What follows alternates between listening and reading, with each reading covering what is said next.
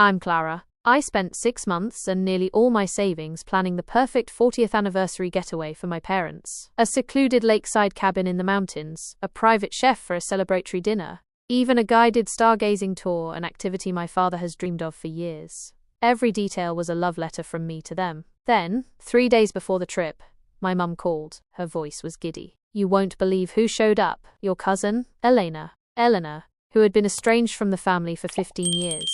In their sudden euphoria, they invited her along. The cabin only had 2 bedrooms. I was expected to bow out. You understand, don't you, honey? This is our only chance to reconnect. The next day, the Instagram posts began. My mother, father, and Eleanor, arm in arm, smiling in front of the stone fireplace I had specifically chosen. The caption read, "Our family circle is finally whole again." While they toasted with the vintage wine I had ordered, I sat in my silent apartment, staring at a confirmation email that still bore my name. How do you recover when your own family declares they are whole without you?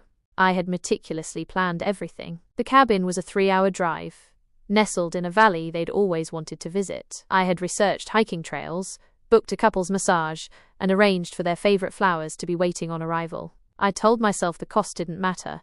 They had sacrificed so much for me. This was my chance to give back. The call from my mother was a whirlwind of excitement that completely ignored my role. Eleanor just appeared at our doorstep. "It's like a miracle," she chirped. When I quietly asked about the arrangements and my non-refundable deposits, she brushed it off. "Oh, it'll be fine. We're just so happy." There was no apology, no acknowledgement of my months of planning or the money I had spent. I was simply an obstacle that needed to be removed for this shiny, new family moment. I didn't cry. I was too numb for that. I watched their stories online, a spectator to the beautiful memories I had built for them. There was Eleanor, wearing my mother's scarf, laughing at one of my dad's old jokes. They looked complete. They looked happy. And I had been edited out so seamlessly. It was as if I'd never been part of the picture at all. For 2 days, I did nothing. I let their calls go to voicemail.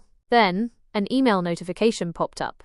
The final invoice for the trip was due. The entire balance, including the private chef and special activities, was about to be charged to my credit card. A cold clarity washed over me. They would not get to have this perfect memory, free of consequence, at my expense. I didn't send an email or make a phone call. I got in my car and drove the 3 hours to the lake. I didn't go to their cabin. I walked directly into the main lodge's reception area, my heart pounding with a quiet resolve. As I stood at the front desk, ready to settle the account, the main door swung open. It was them, my parents and Eleanor, returning from a walk, their faces flushed with laughter. My mother's smile vanished when she saw me. "Clara, what are you doing here?" she asked, her voice laced with confusion and a hint of accusation.